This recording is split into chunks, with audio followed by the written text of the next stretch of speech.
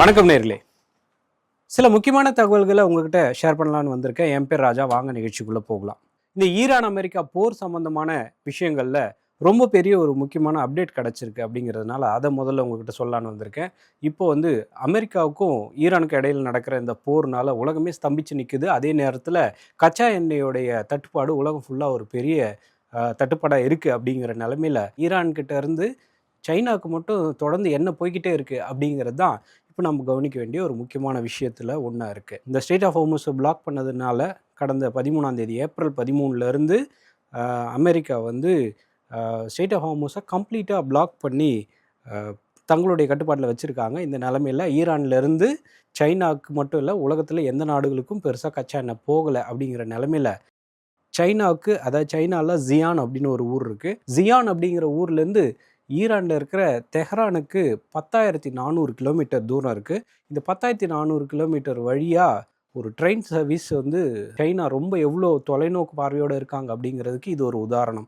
2025 அவங்க இருக்கிற சைனா நடுவில் ஒரு 4-5 நாடுகள் இருக்குது. பர்டிகுலராக சொல்லணும் அப்படின்னா கஜகஸ்தான், கிர்கிஸ்தான், உஸ்பெகிஸ்தான், துர்க்மெனிஸ்தான், இந்த மாதிரி ஒரு 4 நாடுகளை கடந்து தான் சைனாவிலேருந்து ஈரானை டச் பண்ண முடியும். அப்படிங்கிற நிலமையில் இப்போ நம்ம சொன்ன அந்த நாடுகள் 4 நாடுகள் வழியாக இந்த ரயில் சர்வீஸ் யூஸ்வலாக 15 நாள் ஆகுமா சைனாவிலேருந்து ஈரான் வரணும். அப்படின்னா போன ஏப்ரலில் இந்த பிளாக்கேட் அமெரிக்கா ஆரம்பித்த உடனே பிளான் பியா இதை யூஸ் பண்ணுறாங்க. அப்படிங்கிறது தான் இப்போ நம்ம கவனிக்க வேண்டியதாக இருக்குது.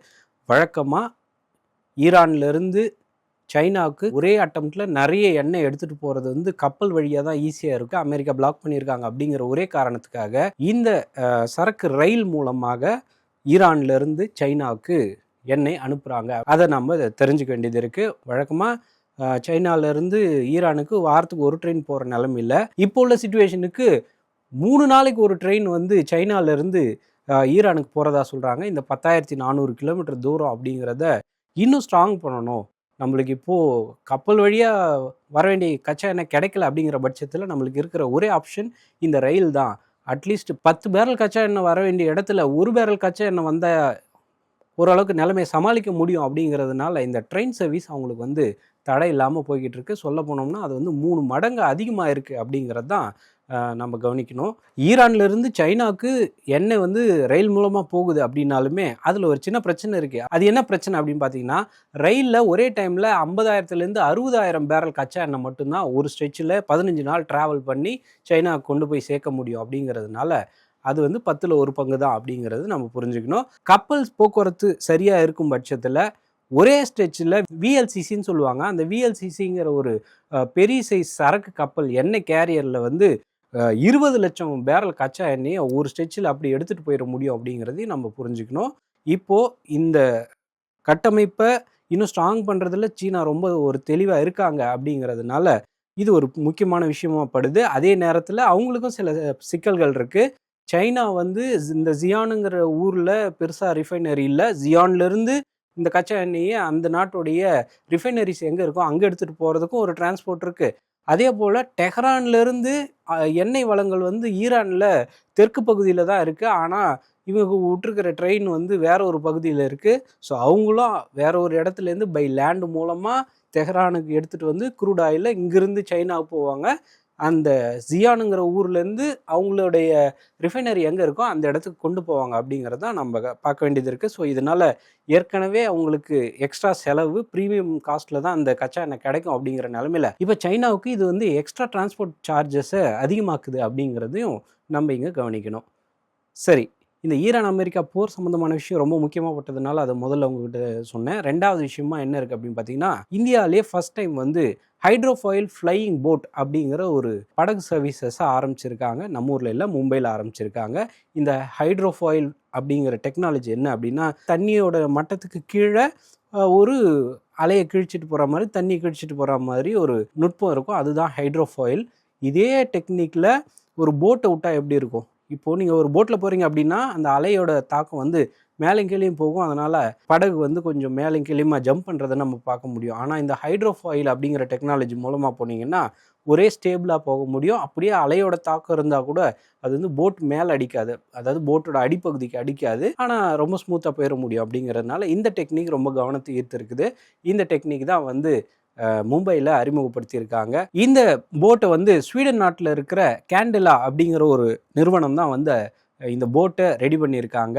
அந்த போட் வந்து அதே பேர்லேயே இங்கே லான்ச் பண்ணுறாங்க. ஆனால் ஒரு இந்திய நிறுவனம் ஆப்ரேட் பண்ணுவாங்க. அப்படி 2 நாடுகளுடைய ஒரு கூட்டு முயற்சி அப்படின்னு சொல்கிறாங்க. ஸோ இந்த வாட்டர் பேஸ்டு டிரான்ஸ்போர்ட் சிஸ்டத்தை இன்னும் மேம்படுத்தணும் அப்படிங்கிறதுக்காக உள்நாட்டிலேயே ரொம்ப கம்மியான தூரங்களுக்கு எப்படி வாட்டர் பேஸ்டு டிரான்ஸ்போர்ட் அதிகமாக்கலாம் அப்படிங்கிறதுனால இந்த டெக்னிக்கை கொண்டு வராங்க அப்படின்னு சொல்கிறாங்க. ஏற்கனவே இருக்கிற டீசல் பேஸ்டு போட்ஸ் எல்லாமே வந்து தேவைக்கு அதிகமான எரிபொருள் தேவைப்படும், அதே நேரத்தில் ரொம்ப சுற்றுச்சூழலை பாதிக்கும். அப்படிங்கிற நிலமையில இந்த ஸ்வீடன் கம்பெனியோட போட் வந்து, அதாவது இப்போ நான் சொல்கிற அந்த ஹைட்ரோஃபாயில் அப்படிங்கிற அந்த டெக்னிக் வந்து ரொம்ப பெருசாக சுற்றுச்சூழலை பாதிக்காது, சுத்தமாக 0 கார்பன் சொல்கிறாங்க. ஏன்னா அதில் எலக்ட்ரிசிட்டி தான் முக்கியமான எரிபொருளாக இருக்குது. அப்படிங்கிறதுனால அந்த போட் ஆப்ரேட் பண்ணுறது எலக்ட்ரிசிட்டிலே பண்ணிடலாம். இது சுற்றுச்சூழலுக்கு எந்த பாதிப்பும் ஏற்படுத்தாது. அதே நேரத்தில் computer guided under water wings இதில் பொருத்தி இருக்கிறதா சொல்கிறாங்க. ஸோ இது மூலமாக நவி மும்பையிலேருந்து சென்ட்ரல் மும்பை அப்படிங்கிற பகுதிக்கு வழக்கமாக பை ரோடில் போகணும் அப்படின்னாக்கா 90 நிமிஷம் வரும். அப்படின்ற பட்சத்தில் இந்த ஹைட்ரோஃபாயில் வந்துச்சுன்னா 30 நிமிஷத்துக்கு கம்மியாகவே போயிட முடியும், சேஃபாகவும் போயிட முடியும் அப்படின்னு சொல்கிறாங்க. ஸோ இது ரொம்ப கவனத்தை ஈர்த்த ஒரு விஷயமா இருந்துச்சு. அதனால் இது 2வது செய்தியாக சொல்லியிருக்கேன். அடுத்ததாக வந்து பார்த்திங்கன்னா, எங்களுடைய கார் கம்பெனியில் இனிமேல் நாங்கள் மனிதர்களுக்கு பதிலாக கொஞ்சம் கொஞ்சமாக ரோபோட்ஸை யூஸ் பண்ண போகிறோம், அது ஹியூமனாய்டு டைப் ரோபோட்ஸை நாங்கள் பயன்படுத்த போகிறோம் அப்படின்னு சொல்லி ஒரு பிரபலமான கார் நிறுவனம் சொல்லியிருக்காங்க. ஆமாம், அந்த பிரபலமான கார் நிறுவனம் யார் அப்படின்னு பார்த்தீங்கன்னா BMW. இந்த BMW அப்படிங்கிற கம்பெனி ரொம்ப லக்ஸரியான கார்களில் ஒன்று. இந்த கார் வந்து வரலாற்றிலேயே முதல் முறையாக யூரோப்பில் வந்து தங்களுடைய பிளான்ட்டில் ஒரு மனிதர்கள் ஒரு ரெகுலராக ரொட்டீனாக செய்ய வேண்டிய வேலை. இப்போது ஒரு கார் தயாரிக்கிற கம்பெனி இருக்குன்னா அதனுடைய பேனட் ஒரு பக்கம் இருக்கும், ஒரு பக்கத்தில் அதனுடைய சக்கரங்கள்லாம் ஒரு ஒரு பக்கங்களில் இருக்கும். இதை ஒரு மனிதர் போய் ஒரே மாதிரியான வேலையை திரும்ப திரும்ப செய்கிறாங்க. அப்படிங்கிற பட்சத்தில் அதுக்கு பதிலாக இந்த ஹியூமனாய்டு ரோபோக்களை களமிறக்க போகிறாங்க. அப்படிங்கிறது தான் ரொம்ப அந்த ஷாக்கிங்கான தகவலாக இருக்குது. ஹெக்ஸகன் ரோபோட்டிக்ஸ் அப்படிங்கிற ஒரு நிறுவனம் தான் இந்த BMWக்கான ஃபேக்ட்ரியில் ஒர்க் பண்ண போகிற ரோபோட்ஸை டிசைன் பண்ணியிருக்காங்க அப்படிங்கிறத நமக்கு புரிஞ்சுக்கணும். இந்த ரோபோக்களுடைய காஸ்ட் வந்து ரொம்ப சீப்பு, அதே போல் மனிதர்களோட ரொம்ப அதிக நேரம் வேலை செய்யும் அப்படின்னு சொல்கிறாங்க.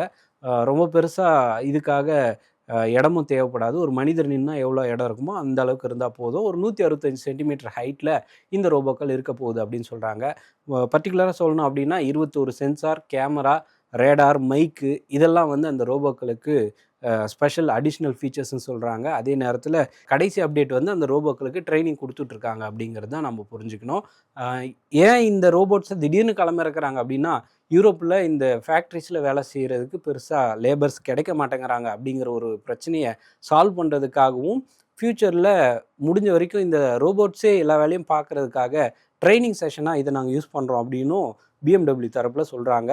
இந்த லேபர் ஷார்ட்டேஜை குறைக்கிறது ஒரு 2 விதமான பிரச்சனைகளை உருவாக்குது. ஏற்கனவே அங்கே யாரும் வேலைக்கு வரமாட்டேங்கிறாங்க. ப்ளஸ் ஃப்யூச்சரில் இது எப்படியெல்லாம் மாறப்போகுது, மனிதர்களுக்கு இந்த மாதிரி மேனுஃபேக்சரிங் கம்பெனிஸில் வேலை கிடைக்குமா கிடைக்காதா அப்படிங்கிற மாதிரியான கேள்விகளையும் எழுப்பியிருக்கு. இது மனித உரிமை மீறலா அப்படிங்கிற மாதிரியான ஒரு பிரச்சனையும் இருக்குது. அப்படிங்கிறதுனால இதை நம்ம வெயிட் பண்ணி தான் பார்க்கணும்.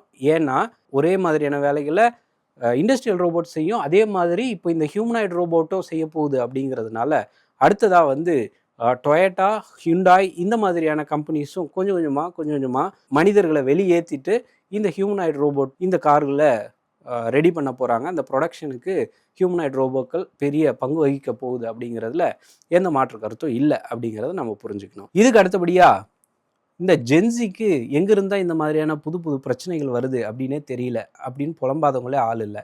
அந்த வகையில் இப்போ ஒரு புது பிரச்சனை அவங்களுக்கு இருக்குது. எவ்வளோ சம்பாதிச்சாலும் பத்த மாட்டேங்குது, அது எங்கே தான் போகுதுன்னு தெரியல அப்படின்னு ஒரு புலம்பல் மட்டும் இன்டர்நெட்டில் ஒரு ரொம்ப முக்கியமான ஒரு கவனத்தை ஈர்த்திருக்கு. அது ஒரு பெரிய பேசுபொருளாகவும் மாறி இருக்கு.